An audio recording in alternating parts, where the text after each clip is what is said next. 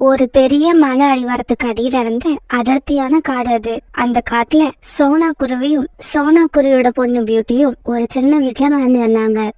சோனா குருவியோட குடும்பம் ரொம்ப ஏழை குடும்பம். ஏழையா இருந்தா கூட அவங்க தங்களுடைய வாழ்க்கைய நேர்மையாவும் சந்தோஷமாவும் வாழ்ந்தாங்க. பியூட்டி மத்த பறவைகள் மாதிரி இல்லாம தன்னோட நிலைமையையும் தன் குடும்பத்தோட நிலைமையும் நல்லா புரிஞ்சு வச்சிருந்தது. அப்புறம் சோனா குருவி சின்ன வயசுல இருந்து பியூட்டிக்கு நல்ல பழக்கங்களை கற்றுக் கொடுத்ததால பியூட்டி ஒரு நல்ல பறவையாவும் உண்மையான பறவையாவும் வளர்ந்து வந்துச்சு. பியூட்டி, நான் வேலைக்கு போறதுக்கு நேரம் ஆகுது, சீக்கிரமா நீ காலை சாப்பாட்டை சாப்பிடு. அம்மா, உங்களுக்கு நேரம் ஆயிடுச்சு, நீங்க சீக்கிரமா வேலைக்கு கிளம்புங்க. என்ன பத்தி கவலைப்படாதீங்க, காலை சாப்பாட்டை நானே எடுத்து வச்சு சாப்பிடுறேன். அப்புறம் அம்மா, இந்த வருஷம் ஸ்கூல் ஃபைனல் முடிஞ்சதும் நானும் ஏதாவது வேலைக்கு போறேம்மா. என்னை இது வரைக்கும் படிக்க வச்சதே பெருசு. என்ன நீங்க காலேஜ் படிக்க வச்சுட்டு அப்புறம் அதுக்கும் பணம் சேர்க்க நீங்க கஷ்டப்படுறத நான் பார்க்க விரும்பல. பியூட்டி, என்னால எது முடியும் எது முடியாதுன்னு எனக்கு தெரியும். நீ காலை சாப்பாடை சாப்பிட்டு உன் ஃப்ரெண்ட்ஸ் கூட போய் விளையாடு, சாயங்காலம் சீக்கிரமா திரும்பி வர. இப்படி சொல்லிட்டு சோனா குருவி தான் வேலை பாக்குற வீட்டுக்கு பறந்து போச்சு. பிறகு காலை சாப்பாடை சாப்பிட்ட பியூட்டியும் தன்னோட ஃப்ரெண்ட்ஸ பார்க்க நதிக்கரைக்கு பறந்து போச்சு. பியூட்டி நதிக்கரைக்கு போனப்ப கோரிக்காகத்தோட பையன் ஜாக்கும் ரோனி குருவியோட பொண்ணு லூசியும் அங்க இருந்தாங்க. பியூட்டி, உங்க அம்மா பேச்ச கேட்டு நீயும் ஒழுங்கா காலேஜ் சேருப்பா. தனியா காலேஜ் போறது நினைச்சா எனக்கு பயமா இருக்கு. லூசி, பியூட்டிக்கும் காலேஜ் போக ஆசைதான். இருந்தாலும் அவங்க அம்மாவை கஷ்டப்படுத்த கூடாதுன்னு நினைச்சுதான் காலேஜ் சேர மாட்டேன்னு சொல்லுது. இங்க பாருங்க, மறுபடியும் காலேஜ் பேச்சு எடுக்காதீங்க. எங்க இன்னும் ராஜிய காணோம்? இவங்க இப்படி பேசிக்கிட்டு இருக்கப்ப ராணிபுராவோட பையன் ராஜியும் அங்க வந்து சேர்ந்துட்டான். இதோ ராஜியும் வந்தாச்சு. நண்பர்களே, உங்களுக்கெல்லாம் ஒரு விஷயம் தெரியுமா? நம்ம காட்டுல உள்ள பார்க்ல இன்னைக்கு புதுசா ஊஞ்சல் வச்சிருக்காங்களா. ராஜி இப்படி சொன்னதை கேட்டதும் எல்லாருக்கும் ரொம்ப சந்தோஷமாயிடுச்சு. உடனே நண்பர்கள் 4 பேரும் அந்த காட்டுல உள்ள பார்க்க நோக்கி பறக்க ஆரம்பிச்சாங்க. இப்படி போன ஜக்கும் ராஜியும் யார் முதல்ல விளையாடுறதுன்னு சண்டை போட ஆரம்பிச்சாங்க. நான் தான் முதல்ல விளையாடுவேன். ஜக்கு, ஒரு நிமிஷம் பொறு, இதுல நான் முதல்ல விளையாண்டுறேன். ஜக்கு, ராஜி, உங்க 2 பேர்ல ஒருத்தர் விட்டு கொடுத்து அடுத்தவங்களை விளையாட சொல்லுங்க. நமக்கு நேரம் ஆகுது. முடியாது, நான் தான் விளையாடுவேன். முடியாது, நான் தான் ஃபர்ஸ்ட் விளையாடுவேன். ஜக்கு, ராஜி, ஏன் இப்படி அடிச்சுக்கிறீங்க? அங்க பாருங்க, 2 ஊஞ்சல் இருக்கு. ஆளுக்கு ஒண்ணுல ஏறி விளையாடுங்க. இப்படி ஊஞ்சல்ல விளையாட ஆரம்பிச்ச 4 பேரும் ரொம்ப நேரம் ஜாலியா சந்தோஷமா விளையாண்டுகிட்டே இருந்தாங்க. இப்படி சாயங்காலம் வரைக்கும் விளையாண்ட 4 பேரும் பிறகு தங்களுடைய வீட்டை நோக்கி பறக்க ஆரம்பிச்சாங்க. இப்படி எல்லாரும் தங்களுடைய வீட்டுக்கு பறந்து போய்கிட்டு இருக்கப்ப பியூட்டி மரத்து மேல கிடந்த ஒரு மணி பர்ஸ பார்த்தது. நண்பர்களா, அங்க பாருங்க, அந்த மரத்து மேல ஒரு மணி பர்ஸ் கிடக்குது. பிறகு 4 பேரும் அந்த மணி பர்ஸ் பக்கத்துல போய் உட்கார்ந்தாங்க. பாவம், ஏதோ ஒரு பறவை அவசரமா பறந்து போறப்ப தன்னோட மணி பர்ஸை கீழே போட்டுட்டு போயிருக்கு. இங்க பாருங்க, இதுக்குள்ள நிறைய பணமும் இருக்கு. இவ்வளவு பணத்தை நான் இதுக்கு முன்னாடி பார்த்ததே இல்ல. இங்க பாருங்க, இந்த பணத்தை எடுத்து நாம 4 பேரும் ஆளுக்கு கொஞ்சமா பங்கு போட்டுப்போம். இந்த பணம் இருந்தா நாம நினைச்சத வாங்கலாம். ஆமா ஆமா, ஐஸ்கிரீம், பானிபூரி, பர்கர், பீஸா, இப்படி நாம நினைச்சத வாங்கி சாப்பிடலாம். ஐயோ, நீங்க சொல்றத நினைச்சு பார்த்தாலே எனக்கு ரொம்ப ஜாலியா இருக்கு. சீக்கிரமா இந்த பணத்தை நாம 4 பேரும் ஆளுக்கு பாதியா பிரிச்சு எடுத்துக்கலாம். வேற யாராவது வந்து பார்த்தா அப்புறம் அவங்களுக்கும் பங்கு கொடுக்கணும். நண்பர்களே, நீங்க சொல்ற மாதிரி செய்ய எனக்கு இஷ்டம் இல்ல. முதல்ல இந்த மணி பர்ஸ் நமக்கு கிடைச்ச விஷயத்த நம்ம பெரியவங்க யாருக்காவது சொல்லணும். என்ன செய்யணும்னு அவங்க முடிவு பண்ணுவாங்க. இப்படி சொன்ன பியூட்டி பிறகு அந்த மணி பர்ஸ் எடுத்துக்கிட்டு தன்னோட வீட்டு நோக்கி பறந்து போச்சு. பியூட்டி அந்த மணி பர்ஸ தன்னோட அம்மா கிட்ட காட்ட ரொம்ப நேரமா வெயிட் பண்ணிக்கிட்டு இருந்தது. அவங்க அம்மா இன்னும் வரல. இந்த பணம் மட்டும் என்கிட்ட இருந்தா அம்மாவை கஷ்டப்படுத்தாம நான் காலேஜ் சேர்ந்து படிப்பேன். இப்ப சொன்னா கூட அம்மா நம்மள காலேஜ்ல சேர்த்து விட்டுடுவாங்க. அதுக்காக இன்னும் 4 வீட்டுல வேலை பார்க்க ஆரம்பிப்பாங்க. அம்மாவை கஷ்டப்படுத்தி அப்படி ஒரு படிப்பு படிக்கணும்னு நான் விரும்ப மாட்டேன். எனக்கும் படிக்கணும்னு ஆசை இருக்கு. ஆசை மட்டும் இருந்தா போதுமா? இந்த காலத்துல படிக்கிறது ஆர்வம், அதுக்கேத்த புத்திசாலித்தனம் இதெல்லாம் தேவையே இல்ல. பணம் மட்டும் இருந்தா போதும். ஆனா என்ன பண்றது? பியூட்டி இப்படி யோசிச்சுக்கிட்டு இருக்க சமயத்துல சோனா குருவி அங்க வந்துருச்சு. அம்மா இங்க பாருங்க, இந்த பர்ஸ் நாங்க விளையாண்டுட்டு வீட்டுக்கு திரும்பி வர வழியில ஒரு மரத்து மேல கிடந்தது. இப்படி சொன்ன பியூட்டி அந்த பர்ஸ சோனா குருவி கிட்ட கொடுத்தது. அந்த பர்ஸுக்குள்ள இருந்த பணத்தை பார்த்ததும் சோனா குருவி அதிர்ச்சி ஆயிடுச்சு. பியூட்டி, இந்த பர்ஸ்ல ரொம்ப அதிகமா பணம் இருக்கு. அம்மா இந்த பணத்தை இப்ப நாம என்ன பண்றது? முதல்ல இந்த பர்ஸை யார் கீழே போட்டாங்களோ அவங்க கிட்ட கொடுக்க முயற்சி பண்ணணும். அம்மா ஒருவேளை அவங்களால கண்டுபிடிக்க முடியலன்னா?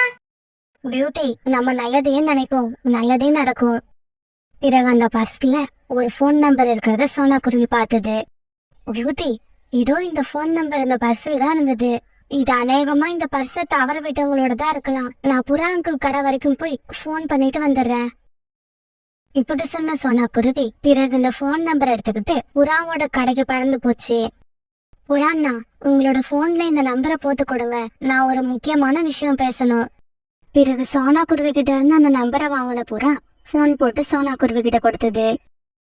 ஹலோ, என் பேரு சோனா குருவி. நான் இங்க மலைப்பக்கம் உள்ள காட்டுல இருந்து பேசுறேன். உங்களோட பொருள் சமீபத்துல ஏதாவது காணாம போச்சா? ஆமாங்க, ஆமா. என்னோட மணி பர்ஸ் காணாம போயிருந்தது.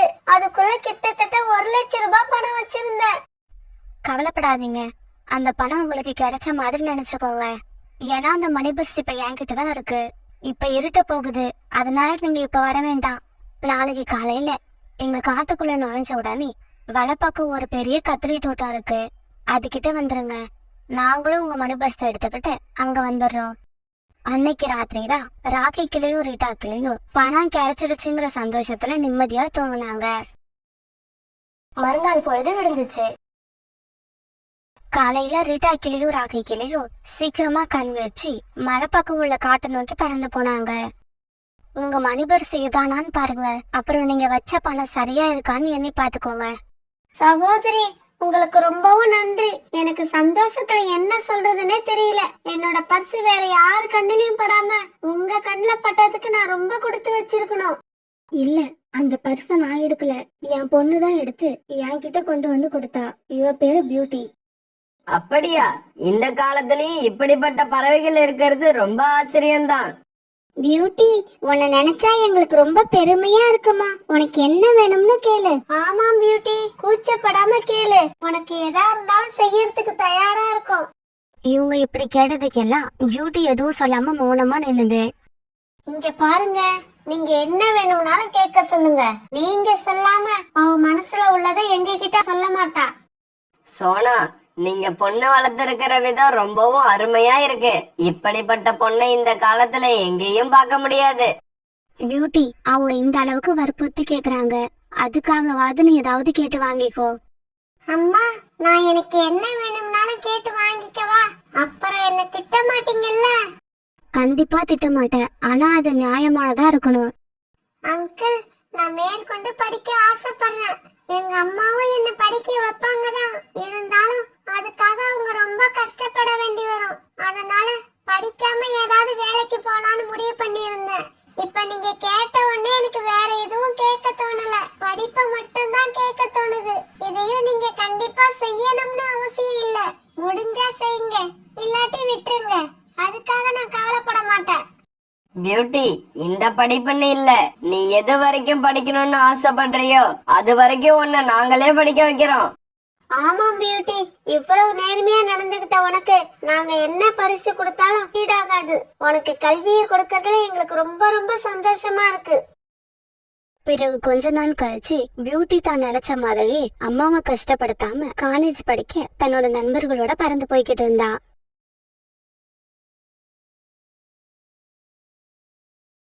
சோனா குருவி ஏதோ ஒரு ஃபங்க்ஷனுக்கு போகிறதுக்காக கொஞ்சம் பரபரப்பா கிளம்பிக்கிட்டு இருந்தது. அம்மா அம்மா, நானும் உன் கூட வரேம்மா.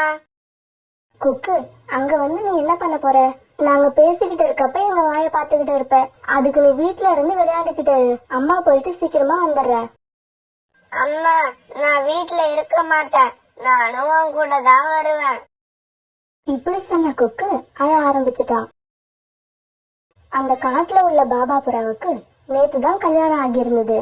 அந்த பாபா புறாவோட மனைவி ரொம்ப அழகா இருக்குன்னு காடு புறா ஒரே பேச்சா இருந்தது. அதனால அந்த பெண் பறவையை பார்க்கறதுக்காகவே அந்த காட்டுல உள்ள பெண் பறவைங்க எல்லாம் ரொம்ப ஆர்வமா கிளம்பிக்கிட்டு இருந்தாங்க.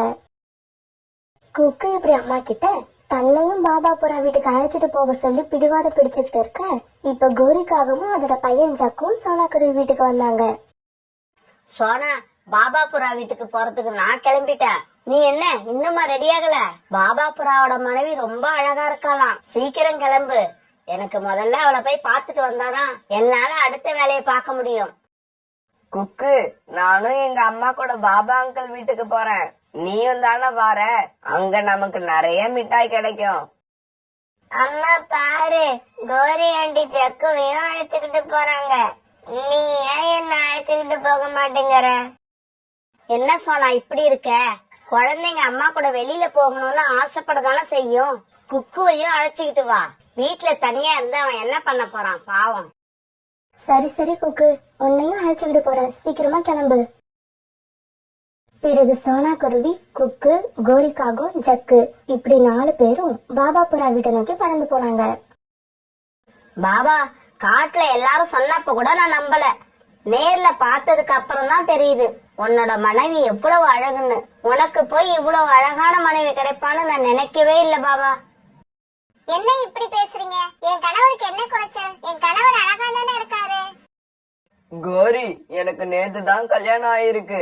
இன்னைக்கெல்லாம் சண்டை போடுற நாள் இல்ல, சந்தோஷமா இருக்க வேண்டிய நாள்.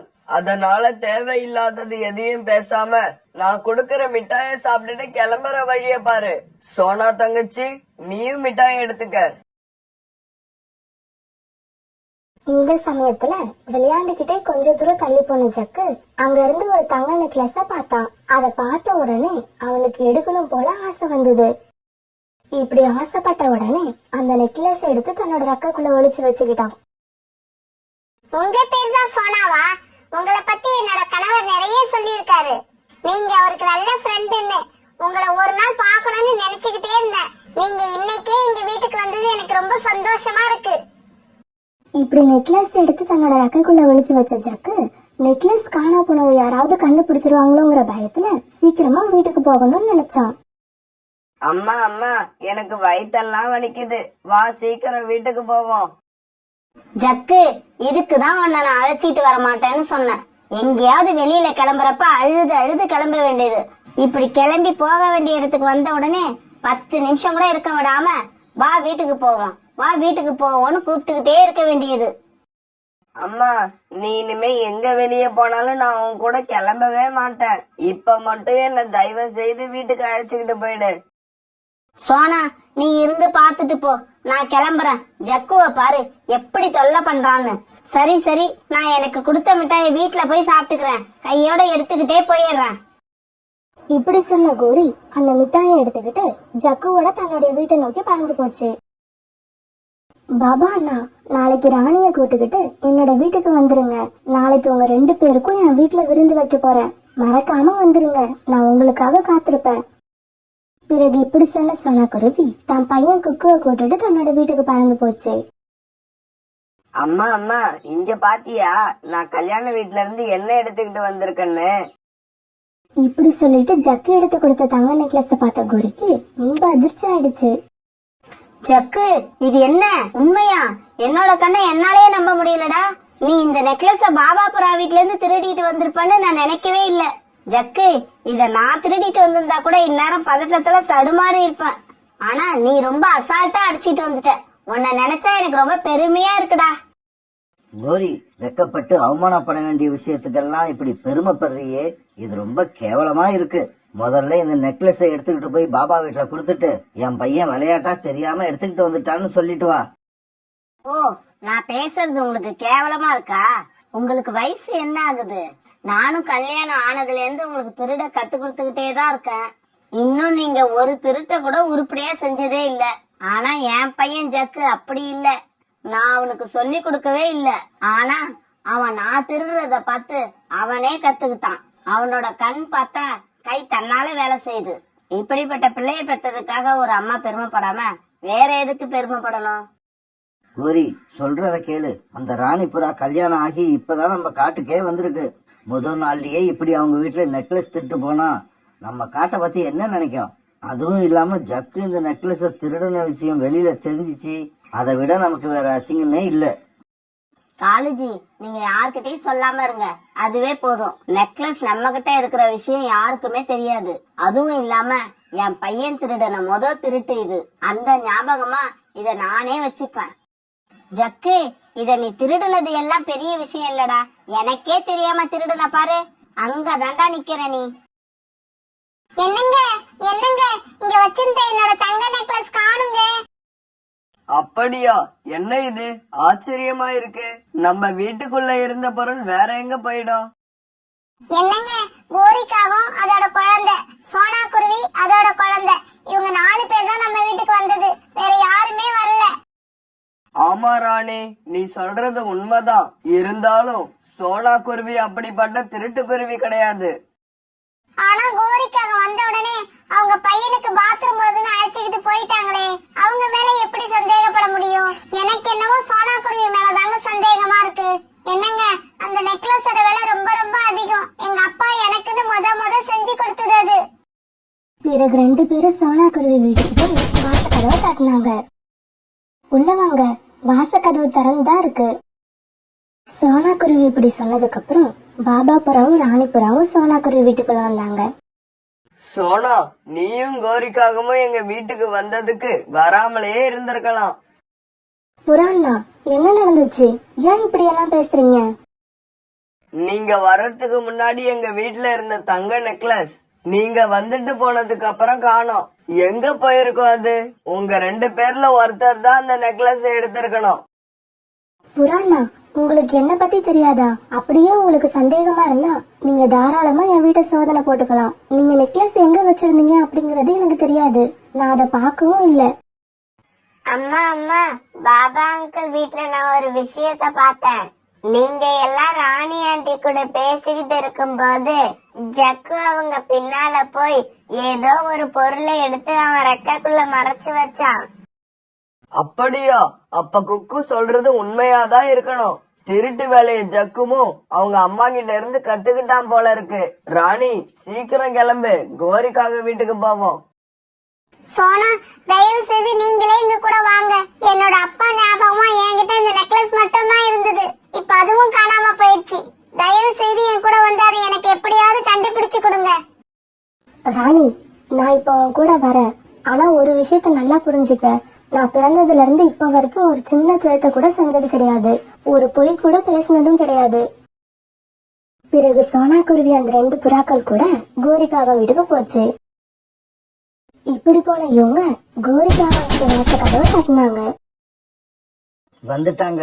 நெக்லஸ காணும்னு தெரிஞ்ச உடனே புறா வீட்ல இருந்து எல்லாரும் வந்துட்டாங்க. இப்ப இந்த காட்டுல உள்ள எல்லா பறவைகள் முன்னாடியும் நாம அசிங்கப்பட போறோம். காலுஜி, நீங்க ஏன் டென்ஷனா வரீங்க? திருடு தெரிஞ்ச எங்களுக்கு அதுல இருந்து தப்பிக்க தெரியாதா? இப்ப பாருங்க இந்த கோரியோட ஐடியாவை. இப்படி சொன்ன கோரி ஜன்னல் வழியா ஜக்கு எடுத்துட்டு வந்த நெக்லஸ பக்கத்துல இருந்த புதருக்குள்ள போட்டது. இப்படி நெக்லஸ புதருக்குள்ள போட்ட கோரி பிறகு வாசக்கதவை திறந்தது. என்ன சோனா, பொண்ணு மாப்பிள்ளைய அழைச்சுக்கிட்டு நம்ம வீட்டுக்கு வந்திருக்க? நான் இன்னைக்கு இவங்கள விருந்துக்கு கூப்பிடவே இல்லையே. கோரி, நாங்க ஒன்னும் உன் வீட்டுக்கு விருந்து சாப்பிட வரல. நீங்க எல்லாம் வந்துட்டு போனதுக்கு அப்புறம் வீட்டுல ராணியோட தங்க நெக்லஸ காணோம். அத நீங்க எடுத்தீங்களான்னு கேக்குறதுக்காக தான் வந்தோம். ராணி, உனக்கு தான் தெரியுமே, உங்க வீட்டுல ஒரு 10 நிமிஷம் கூட இந்த ஜக்கு என்ன இருக்க விடல. நான் எப்படி அந்த நெக்லஸ எடுத்திருக்க முடியும்னு நீங்க நினைக்கிறீங்க? அப்படியே உங்களுக்கு சந்தேகம் வந்தா என் வீட்டை தாராளமா செக் பண்ணி பாத்துக்கோங்க. கோரிக்காக இப்படி சொன்னதும் புறா, ராணி புறா, சோனா இவங்க 3 பேருமே கோரிக்காக வீட்டை நல்லா செக் பண்ணி பார்த்தாங்க. ஆனா எங்கேயுமே நெக்லஸ் கிடைக்கல. கோரிக்காக வீட்டுல நெக்லஸ் எப்படியாவது கிடைச்சிரும்னு நம்பிக்கையில வந்த பாபா புறாவுக்கும் ராணி புறாவுக்கும் இப்ப ரொம்ப ஏமாற்றம் ஆயிடுச்சு. எங்க அப்பா எனக்கு ரொம்ப ஆசையா வாங்கி கொடுத்த நெக்லஸ் அது. அந்த நெக்லஸ் இப்ப என்கிட்ட இல்ல. அது இப்ப என்கிட்ட இல்லன்னு நினைக்கிறப்ப என் உடம்புல தெம்பே இல்லாத மாதிரி இருக்கு. ராணி, நீ அழாத, கவலைப்படாம இரு. நான் உனக்கு அதே மாதிரி வேற ஒரு தங்க நெக்லஸ் வாங்கி தரேன். நீங்க எனக்கு 1000 நெக்லஸ் வாங்கி தரலாம். இருந்தாலும் அது அந்த நெக்லஸ் மாதிரி ஆகாது. அந்த நெக்லஸ் வாங்க எங்க அப்பா எவ்வளவு கஷ்டப்பட்டாருன்னு எனக்கு தான் தெரியும். பரவாயில்ல, விடுங்க, போனது போயிடுச்சு. ஆனா அந்த நெக்லஸ்